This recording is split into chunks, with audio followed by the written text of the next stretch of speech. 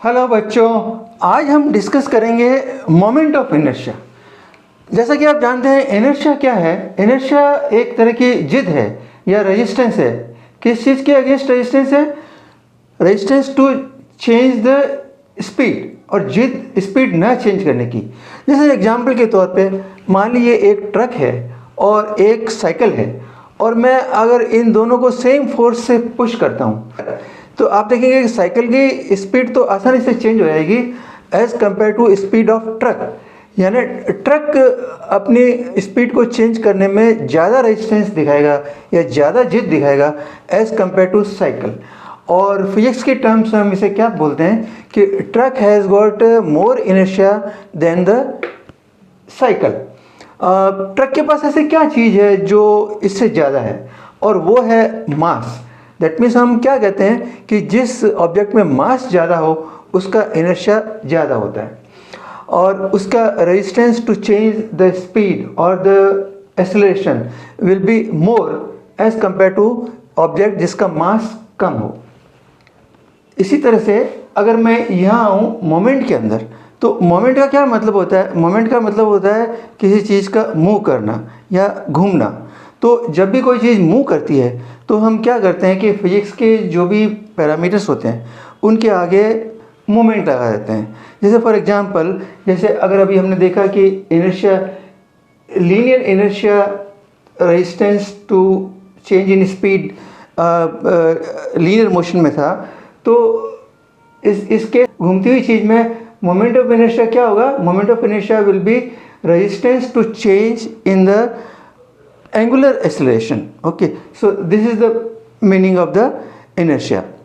इसका मतलब क्या हुआ? जब भी कोई चीज़ घूम रही है, रोटेट कर रही है या सर्कुलर मोशन में है, तो उसकी जो एंगुलर एक्सेलरेशन चेंज करने की जो जिद होगी या जो रेजिस्टेंस होगा उसको हम कहेंगे मोमेंट ऑफ इनर्शिया। नाउ ये तो एक मैंने आपको बताया कंसेप्चुअल डेफिनेशन, ताकि आपका माइंड मैपिंग हो कि moment of inertia broad sense में क्या चीज़ होती है। ओके, सो इसको मैं डिफाइन कर सकता हूँ as it is a property of a object to resist angular acceleration और change in angular velocity. Okay, so ये तो थी डेफिनेशन। नाउ अभी हमें इसको मैथमेटिकल टर्म्स में इसको डिराइव भी करना होगा, तो उसके लिए मैं क्या करता हूँ कि I take a point mass. Point mass का मतलब ये है कि जिसकी velocity will remain a constant. So I take a point mass, और उस पॉइंट मास के एक एंड में एक मासलेस रॉड से कनेक्टेड है, और उसका दूसरा एंड है वो एक किसी फ्रिक्शनलेस बेयरिंग के ऊपर है। फ्रिक्शनलेस बेयरिंग पे ये एक हॉरिजॉन्टल प्लेन में मोशन कर रहा है ना। हॉरिजॉन्टल प्लेन को दिखाने के लिए मैंने देखिए यहाँ पे एक टेबल दिखा ली ताकि it is more visible like a horizontal plane. Otherwise तो अगर आप इसको सर्कल दिखाते हैं तो ये वर्टिकल है या हॉरिजॉन्टल पता नहीं लगता है। So I have made it a table, और उसके ऊपर मैंने ये आपको ये सर्कल दिखाया so that it appears it is a frictionless horizontal plane. Okay, और इस मासलेस रॉड मतलब I have considered it as a very negligible mass. और अब मैं इस मास को if I give a force perpendicular to this r, where r is the distance of this mass from the axis of rotation, that means object is rotating through a axis passing through O। तो अगर मैं इसके perpendicular अगर ये force लगाता हूँ तो since there is no other force, this force will produce a acceleration in this mass. और जब कोई फोर्स है तो न्यूटन का सेकंड लॉ में क्या कहता है? If there is a force then it will produce an acceleration. Okay, so this acceleration will be given by Newton's second law से will be equal to mass into acceleration. Now क्योंकि ये acceleration is a tangential acceleration, so I have written here as a at, t is just subscript, तो ये हमें क्या show करता है कि this is a tangential acceleration. So this is the one equation as per the Newton's second law. Now हमें पता है कि जो tangential acceleration and angular acceleration they are related by the formula at is equal to r alpha, where alpha is the angular acceleration और at is the tangential acceleration और r is the distance from the axis of rotation to the object. तो इसका मतलब ये I can put AT की जगह मैं यहाँ पे इसको R अल्फा लिख सकता हूँ. So if I put that then the force become M into R into L. Okay, so इस इक्वेशन को अगर मैं मल्टीप्लाई करूँ R से तो क्या मिलता है मेरे को, FT इंटू R अल्फा. और मुझे पता है कि दिस FT इंटू R, जैसे कि अभी हमने पढ़ा था कि FT इंटू R क्या है, is a torque force into the okay, so the torque on this mass is given by mr square alpha, where alpha is nothing but it is the angular acceleration. तो मुझे क्या मिल गया, एक relation मिल गया, the torque is proportional to the angular acceleration. Okay, तो अगर आप इस इक्वेशन में देखें और इसको कंपेयर कर रहे हैं न्यूटन की सेकंड लॉ की इक्वेशन लीनियर मोशन में, तो आप देखेंगे क्या है, torque is replacing the force, angular acceleration is replacing the linear acceleration, and इसी तरह से ये जो कांस्टेंट प्रोपोर्शनलिटी कांस्टेंट टर्म है mr square is replacing the mass which is equal to the inertia. इसका मतलब ये जो mr स्क्वायर टर्म है इसको हम बोलते हैं moment of inertia, and symbol we use is the I. So finally equation हमारी क्या बन गई, torque is equal to I and moment of inertia multiply by the angular acceleration. और ये तो मैंने निकाला था एक पॉइंट मास के लिए, लेकिन अगर कोई रिजिड बॉडी भी हो तो भी हम इसको अगर ये निकालें कि whether this equation is valid और नॉट, तो आप देखिए मान लिए अगर ये मैं अगर मास लूँ, क्योंकि rigid body is made up of many masses, small masses. So if I take m1, m2, m3 like this a mass which are at a distance of r1, r2, and r3 from the axis of rotation. Okay, so that what is the torque on this m1 will be given by this equation, torque on m2 will be given by this equation, and total torque as you studied will be equal to the summation of all the torque. So this I have written here, the total torque is nothing but it is the summation of all the torque which is equal to summation of mr square into alpha. Now alpha, you know, is a constant. This is the angular acceleration. So angular acceleration of all the particle will be the same. So this is a constant term. Alpha is the constant term. So I can replace this mr square by m1 r square plus m2 r2 square. That means it is the summation for the individual particle, and this is nothing but this is equal to my moment of inertia. So I can write here I is equal to summation of mr square, and if I replace this here, then finally what do I get, total torque, that is net torque, is equal to I into alpha angular acceleration. अब अगर मैं इस equation को अगर मैं Newton के second law के equation से कंपेयर करूं तो आप देखिए क्या है, torque is replaced by the net force, net torque is replaced by the net force, angular acceleration is replaced by the linear acceleration, and this I is replaced by the m. That means ये क्या था हमारा, this was the inertia, linear inertia. That means I is now called the moment of inertia. So it is, this equation is the rotational analog of the Newton's second law. Okay, now तो मैं इस equation को कैसे कह सकता हूँ कि the angular acceleration of rigid object is proportional to the net torque. ये मैंने एक, क्योंकि टॉर्क इसमें टर्म आ रहा था, सो आई हैव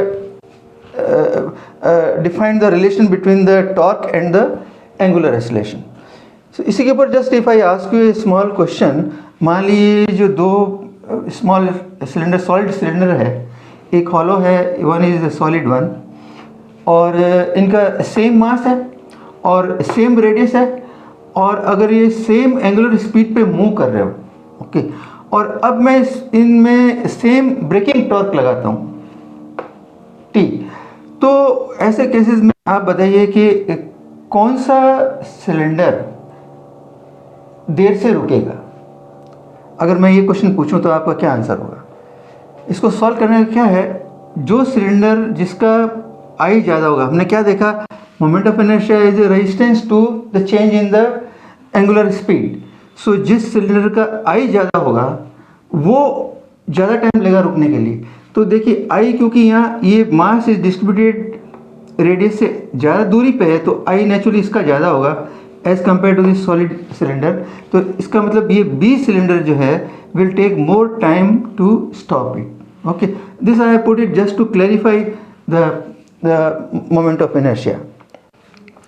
नाउ ये तो देखा हमने मोमेंट ऑफ इनर्शिया एक पॉइंट मास का, लेकिन मान लीजिए अगर कोई ऑब्जेक्ट हो जिसके अगर डिफरेंट डिफरेंट कंपोनेंट हो और वो अगर किसी एक्सिस पे रोटेट कर रहा हो, तो हम मोमेंट ऑफ इनर्शिया कैसे निकालेंगे।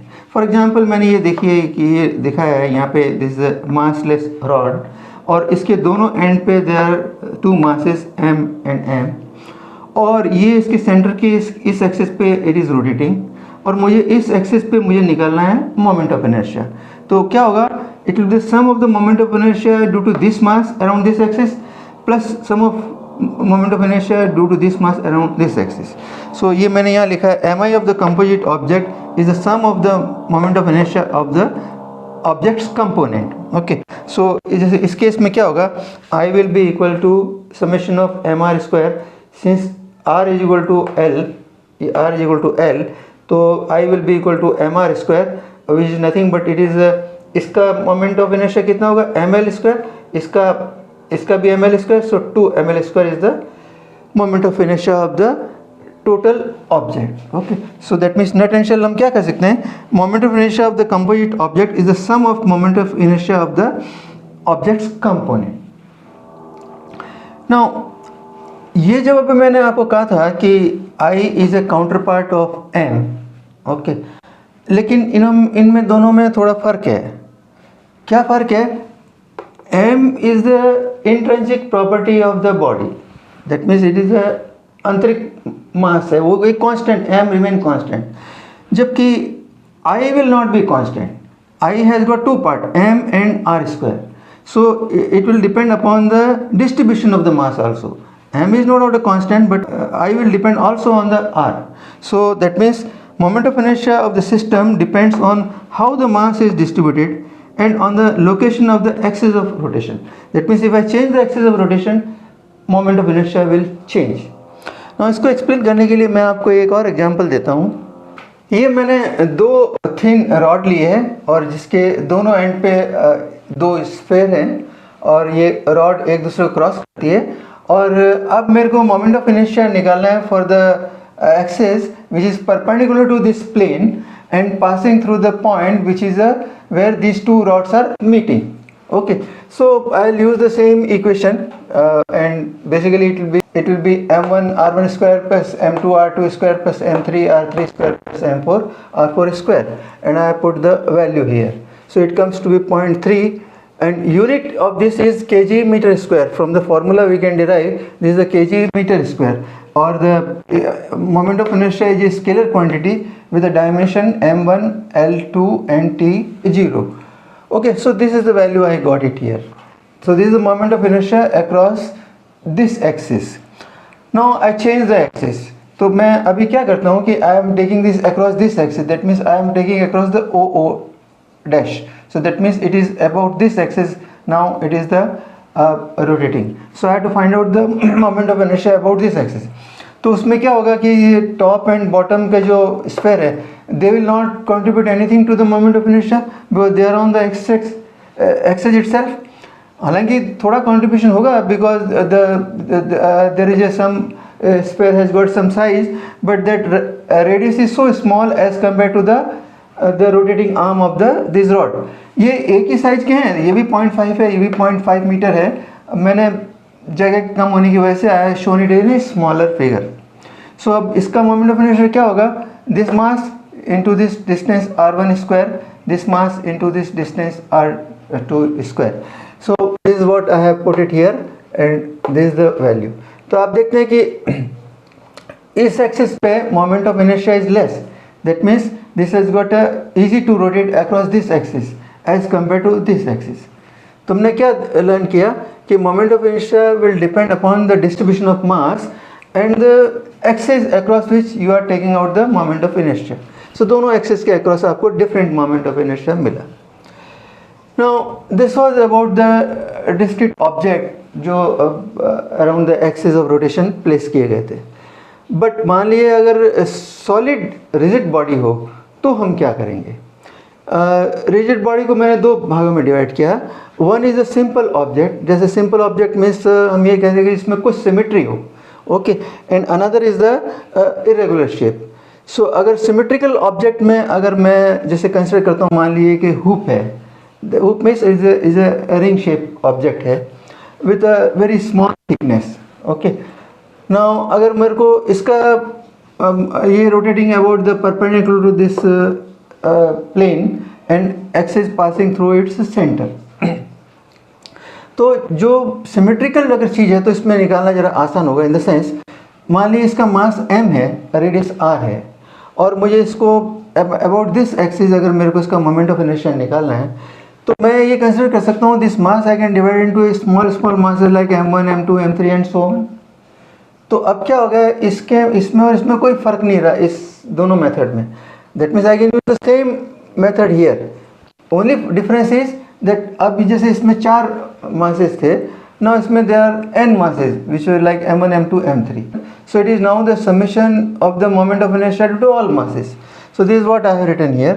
The I is now the summation of mr square, which is equal to m1 r1 square, m2 r2 square and so on. And because m is equal to m1 plus m2 plus r2, m is equal to m1 plus m2 plus so on mn, where is m is the total mass of this ring. So I can put here is a mr square is the moment of inertia about this axis. So कहीं भी अगर आप जैसे कोई ring shape object देखें तो you can use this formula. Now एक चीज़ और थी कि अगर मान लीजिए अगर मास एलिमेंट अगर रीडिस्ट्रीब्यूट करूं around the axis which is parallel to this, okay, तो मोमेंट ऑफ इनर्शिया चेंज नहीं होगा. कहने का मतलब ये है कि जैसे मान लीजिए, जैसे फॉर एग्जांपल मान लीजिए एक सीवर पाइप है, तो उसके लिए भी you can use the same formula, that formula will not change, okay. या मान लीजिए जैसे कोई एक रॉड है, ओके, और रॉड का मान लीजिए moment of inertia about this is rotating is कोई है जो आपको इसमें डेरिवेशन बुक में मिल जाएगा, ओके. और अगर मेरे को इसमें मैं अगर डोर में निकालना चाहूँ, डोर का मोमेंट ऑफ इनर्शिया, तो डोर इज जस्ट इसके parallel is extension. So same formula I can use it for the door also, okay. So that is what the meaning I want to say, कि if mass element are redistributed along the axis which is parallel to this, then moment of inertia will remain same, the formula will remain same, okay. So this is what I thought let me tell you here. So ये तो था एक simple object के बारे में, okay. लेकिन अगर object rigid object symmetry नहीं, जैसे मान लीजिए जैसे आपका स्फेयर है या आपका कोन है या और भी कोई रिजिड बॉडी है, उस केस में हम क्या करेंगे. तो उस केस में देखिए, आप देखेंगे कि अगर मैं इस इक्वेशन को देखूं मोमेंट ऑफ इनर्शिया की, तो ये क्या कहती है, ये कहती है moment of inertia is the summation of that point mass element situated at a distance r from the axis of rotation, okay. This is the formula. That point mass का क्या मीनिंग है, इसका मीनिंग ये है कि all the point on that mass or that total mass should have the same velocity. और वो कब पॉसिबल होगा, when that small total mass is at the same distance from the axis of rotation, okay. और वो कब possible होगा, when I consider a very infinitesimally small mass dm at the distance r from the axis of rotation. वो मैं तभी possible होगा, that means, and then I have to integrate this total mass over the whole body to get this I, okay. That means this summation I can write in integral form as a I is equal to integration of r square dm, okay. But dm is a very small infinitesimally mass जो हमने consider किया है, okay, which is at a distance r from the rotation axis of rotation. And इस dm variable का अगर मैं integration करूँगा तो that will give me the moment of inertia of that total rigid body. So this is a general equation which I have got it now, okay. इसको explain करने के लिए अगर मैं एक और एग्जांपल लेता हूँ आपको टू एक्सप्लेन दिस. मान लीजिए मेरे पास में ये एक वेरी थिन रॉड है, मैंने थिन रॉड ली है, सो दैट इसका cross section is a very thin, so that I can assume कि this rod is made out of a very small laminar length L, और इस रॉड की length is L, और मान लीजिए इस रॉड, मान लीजिए mass is the M। Okay, तो अब ये रॉड जो है, मान लीजिए इसके, this is the centre point and this rod is rotating about the axis which is perpendicular to this and passing through the centre point of this. Okay, और मुझे इसके अक्रॉस मोमेंट ऑफ इनर्शिया निकालना है using this concept. Okay, तो मैं क्या करूँगा कि I consider this rod made out of a very small infinitesimal element, a DM, okay, which is at a distance x from this axis of rotation. लेकिन और इसको मैं DM को इंटीग्रेट करूंगा द होल रेंज, तो then I will get this I। लेकिन DM का मास को इंटीग्रेशन के लिए हमारे पास में कोई फॉर्मूला नहीं है। We know integration over the space, that means I can integrate over the length, I can integrate over the volume, I can integrate over the area. So मेरे को कोई ऐसा तरीका निकालना पड़ेगा, इस मास, इस वेरिएबल को कन्वर्ट करना पड़ेगा in that length or the volume or the area। Okay, now here it will be in the length because it is across the length I have to measure, क्योंकि I have to convert this into the length। so मैं किस चीज़ का use करता हूँ, I use the linear mass density की, because की mass density same है। so linear mass density क्या हो जाएगा, it is the mass per unit length, lambda is the mass per unit length, M I know, L I know, so lambda I know, and lambda is a fixed variable। now that means I can write M is equal to lambda L। okay, अब मैं इसको differentiate करूँ तो क्या मिलेगा मेरे को, DM is equal to lambda DL। okay, और अब मैं क्या करता हूँ कि इस रॉड को I will Orient along the x axis. यहाँ इंपॉर्टेंट बात आती है आपकी रॉड के ओरिएंटेशन की, सो that I can integrate over the x। okay, so when I orient over the x-axis, so dl become dx। okay, so I put this value here, I is equal to dm, or it is equal to x square dm, because now r is nothing but it is the x, और इसका integration की limit क्या होगी, -L/2 to L/2, so -L/2 to L/2, so x square delta lambda dx, lambda will be out, and when I take the limit it will be 1/12 ml square। now so this is a general method। अगर मान लीजिए disc है तो you can take it the small area, okay, और उसको आप integration कर सकते हैं 0 to the radius। Okay, so various method of integration you can use to get the moment of inertia. Now अब अगर मैं इसके पैरेलल कोई एक्सिस के अक्रॉस निकालना चाहूँ, दैट मीन्स मान लीजिए मैं इसके एंड में एक पैरेलल एक्सिस है, इसके पैरेलल में इसके एंड में मोमेंट ऑफ इनर्शिया इसका निकालना चाहूँ रॉड का, तो कैसे निकलेगा। नाउ उसके लिए भी मुझे method will be the same, I have to use the same method, only thing is limit will change. Limit क्या हो जाएगा, अगर यहाँ इस एक्सेस के अक्रॉस निकलना है तो limit will be now 0 to L। Okay, and if I do that तो आप देखेंगे कि उसका जो moment of inertia across this end में क्या निकलेगा, it will be I will be equal to I think 1/3 will be equal to 1/3 ml square. Okay, this will be about this axis. अगर मान लीजिए मैं इसको नाम दूँ I O dash O dash। Okay, so this will be like this. Now अब जब क्योंकि इसके मैं ये पैरेलल एक्सिस कहीं भी लूँ, मेथड प्रोसेस सेम है, तो एक जनरली मेरे को स्ट्राइक होता है कि there should be relation between the moment of inertia through the centre of mass and any axis which is parallel to this centre of मास।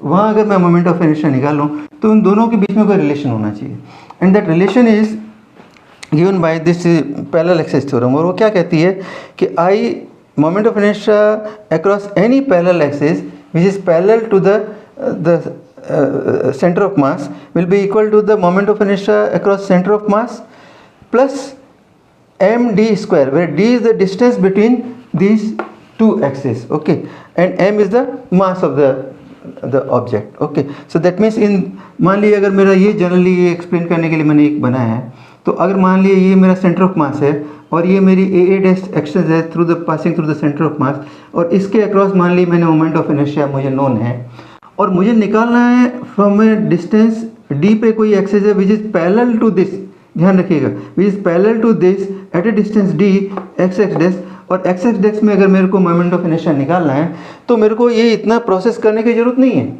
मैं क्या कर सकता हूँ, I know this moment of inertia I X S dash is equal to I A dash, I A dash I know it, plus mass of this object multiplied by the distance d square, that will give me the value of the moment of inertia across these parallel axes. Okay, so this is called parallel theorem. इसको मैं I'll read it out. Moment of inertia of a body about any axis is equal to the sum of moment of inertia axis passing through its center of mass and parallel to given axis and product of its mass and square of distance between the center of mass and axis of rotation. So this is what the parallel axis theorem is. I hope this is now clear. मैं अगले कुछ question लूँगा तो उसमें और will make use of this, but this is what the parallel axis theorem is. Now अब ये देखिए, हमने अगर डिस्क्रीट ऑब्जेक्ट है तो उसका मेथड निकालने का सीख लिया। अगर सिमेट्रिकल ऑब्जेक्ट, सिंपल ऑब्जेक्ट है तो उसका मोमेंट ऑफ इनर्शिया निकाल सकते हैं। अगर कोई इरेगुलर शेप बॉडी है तो उसका हम इंटीग्रेशन से निकाल सकते हैं, और हम पैरेलल एक्सिस थ्योरम करके भी निकाल सकते हैं। लेकिन अगर कोई कंपाउंड ऑब्जेक्ट हो तो उसका हम कैसे निकालेंगे? जैसे ये रॉड है, ये रॉड है और इससे अटैच्ड है एक थिन डिस्क अगर अटैच्ड है, और इसका मुझे मोमेंट ऑफ इनर्शिया निकालना है about this axis, that means it is rotating something like this. Okay, तो मैं कैसे निकालूंगा? क्योंकि इंटीग्रेशन का मेथड तो मैं यूज़ नहीं कर सकता, because it is not a uniform mass. और क्या तरीका है मेरे पास में? तो आप देखेंगे कि हमने जब स्टार्टिंग में इसकी डेफिनेशन की थी मोमेंट ऑफ इनर्शिया की, तब क्या थी? It was a summation of the moment of inertia of each object. Okay, so that we can use. यहाँ मैंने ये इसी को यहाँ डिपिक्ट किया है कि ये एक रॉड है, thin rod, okay, and it is attach to a thin disc, और इसका अगर मुझे मोमेंट ऑफ इनर्शिया निकालना है अबाउट दिस एक्सिस ओ, तो मैं कैसे निकालूंगा? आई will take out the moment of inertia of this rod first across this axis, then I will take out the moment of inertia of this disc about this axis and then add them up. और ये disc का moment of inertia इसके across निकालने के लिए क्या, I will use the parallel axis theorem, क्योंकि मेरे को पता है कि इसके सेंटर ऑफ मास पे जो मोमेंट ऑफ इनर्शिया है वो मेरे को पता है। तो मैं पैरेलल एक्सिस थ्योरम यूज़ करके इसको सेंटर ऑफ मास से की हेल्प से I can find out the moment of inertia across this axis also. तो वही मैंने यहाँ किया है। Moment of inertia of rod मेरे को पता है 1/3 mr is the mass of the rod into l square, l is the length, and moment of inertia of the disc about the centre of mass is 1/2 md is the mass of the disk, md r square. Okay, now using the parallel axis theorem, I parallel is equal to ICM, that is moment of inertia across the center of mass of the disk, plus the mass of the disk multiplied by the distance from axis to this center of mass, so which is equal to L plus R. Okay, so this is what I have written here, and the total will be the summation of both the moment of inertia. So this is how I can work out for a compound object also. The last one is कि अगर मान लीजिए मेरे पास में जो object हो which is of a lamina हो, that lamina का मतलब होता है the object which is in 2 dimension. जैसे मान लिए very thin, the thickness is very small as compare to the area, okay, length and breadth, so that you call it a lamina or a planar object. सो इस planar object का अगर मेरे को moment of inertia निकालना हो perpendicular to the plane of the planar object और the lamina, तो मैं कैसे निकालूंगा? सो वहाँ पे उसके लिए I use this perpendicular axis theorem. वो क्या कहती है कि अगर मान लो this is some planar surface और द लेमिना जो मैंने यहाँ दिखाया है, thickness is very negligible, it can be ignored, and then it has got length and the breadth, और मेरे को अगर इसके परपेंडिकुलर में निकालना है मोमेंट ऑफ इनर्शिया, तो मैं क्या करूँगा? I will take out the moment of inertia about 2 axes which are perpendicular to each other, और वो जनरली हमें मिल जाता है because that is from the standard formula you can get it. So about any two perpendicular axis you find out the moment of inertia. और वो जो axis जहाँ मीट आउट होती है उस पॉइंट के across and perpendicular to this plane moment of inertia निकालना है. तो that will the sum of this two moment of inertia. That is what I have written here. I Z Z is equal to I X X plus I Y Y. So ये इस figure में आप देखिए, refer करिए. मान लीजिए this is the lamina जो X Y plane में, like this it is in X Y plane, और Z axis is the perpendicular to this plane. Okay, so I axis is moment of inertia about this axis, IYY is the moment of inertia about this axis. Okay, so when you add them up you get the moment of inertia about the axis which is perpendicular to the plane of the lamina. So this is another approach I can use it, but this is only useful for the lamina. ध्यान रखिएगा, where the thickness is very negligible and we can consider this as a 2D object. So in the language form I have written here, I'll read it out. The moment of inertia of a lamina about an axis passing through its and perpendicular to the plane, जैसा कि मैंने कहा था perpendicular to the plane, is equal to the sum of moment of inertia about two mutually perpendicular axes in the plane of lamina, that is this and this. The normal axis OZ must pass through the point of intersection of the two mutually perpendicular axes OY. That is, this should pass through the point of intersection of these two axes. Okay, and then this is given by this. मैंने इसको clear करने के लिए example भी लिया है. जैसे it is quiz type question है. जैसे मान लिए I got this lamina, very thin square thin plate is there, thickness is very small, और ये मेरे को एक एक्सिस ये है जिसके अक्रॉस I1 है मोमेंट ऑफ इनर्शिया, एक एक्सिस ये है जिसके अक्रॉस I2 है मोमेंट ऑफ इनर्शिया, एक एक्सिस ये है जिसके अक्रॉस I3 है मोमेंट ऑफ इनर्शिया, और एक एक्सिस ये है जिसके अक्रॉस I4 है मोमेंट ऑफ इनर्शिया. ओके, और मुझे I is the moment of inertia perpendicular to this plane passing through the point O.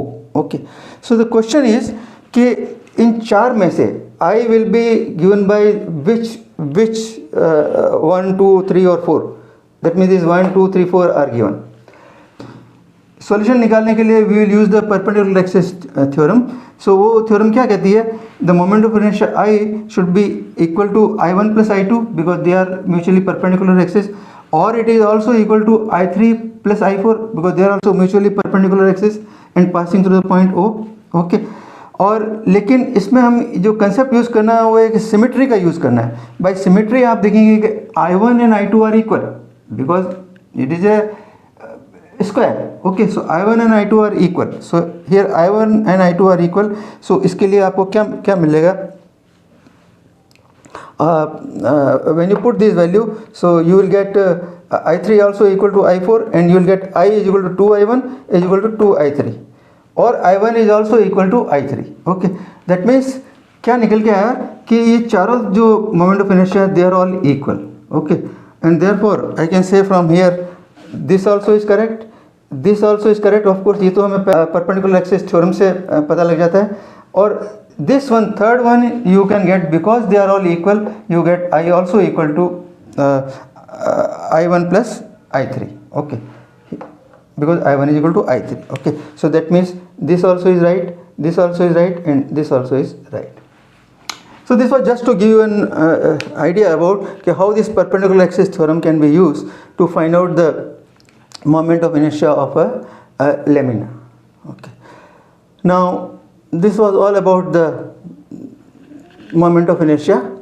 और now question is कि आपकी इसकी एप्लीकेशन क्या है? तो आपने देखा होगा कि हमने कैसे डिफाइन किया था मोमेंट ऑफ इनर्शिया को. It is a rotational inertia थी. That means it was a resistance to change in the velocity. That means it is mainly use for the designing of the rotating component. क्योंकि अगर आपने देखा होगा कि हमारी equation क्या थी, हमने रिलेशन डेवलप किया था torque versus angular acceleration. This was the equation. Okay, that means ये क्या कहती है कि for a given angular acceleration अगर आई ज़्यादा है तो torque required will be more. That means the design of the component will depend upon the I. Okay, and उसमें जो स्ट्रेस वगैरह डेवलप होती थी कंपोनेंट में, because torque is nothing but is analogous to the force in the linear motion. Okay, so this is the one thing. Secondly आपने देखा होगा, हमने नोट किया था कि I is not constant, it will depend upon the axis of rotation. अगर आप access of rotation change कर देंगे तो आई चेंज हो जाता है. सो मान लीजिए कोई मूविंग ऑब्जेक्ट, जैसे मान लिए मूविंग ऑब्जेक्ट प्लेन है, plane can move in any axis. Okay, so plane की हर एक्सिस में हमें इसका मोमेंट ऑफ इनर्शिया निकालना पड़ेगा just to see the stability of the component. Okay, so हर एक्सिस पे क्या मोमेंट ऑफ इनर्शिया है and whether enough torque is available there to give me a acceleration or not. Okay, so एक तो aspect हो गया इसका designing का, बट हम प्रैक्टिकल लाइफ में भी इसको बहुत यूज़ करते हैं. जैसे फॉर एग्जांपल आपका डोर जो है, डोर में आप जो हिंज से दूरी पे लगाते हैं आप handle, so that you get the more torque, you get the more torque when the I is more, you get the more torque, so that easily आपको डोर खुल जाता है.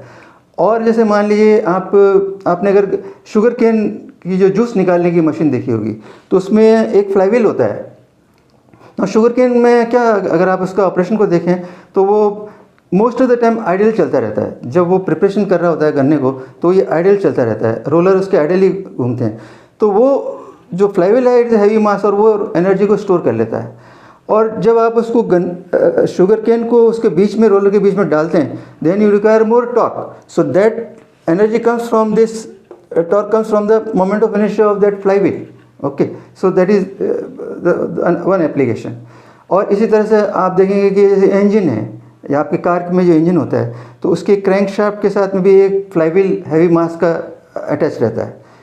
और आपने जैसा हमने पढ़ा कि उसमें more the moment of inertia, more resistance to change the velocity. So जब आप इसको स्पीड देते हैं या स्पीड रोकते हैं, तो सडन जर्क ना लगे, वो आपको ये flywheel will prevent that. Okay, because flywheel will prevent that moment. The speed will go slowly because of this flywheel. Okay, so these are some of the application, and with this you get idea now what is the moment of inertia. So with this I close this chapter here. We will do some numerical also in the next class. Again my two advice कि आपने जो कुछ भी नई चीज़ सीखी है आप उसको नोट करिए और subscribe my channel. Thank you.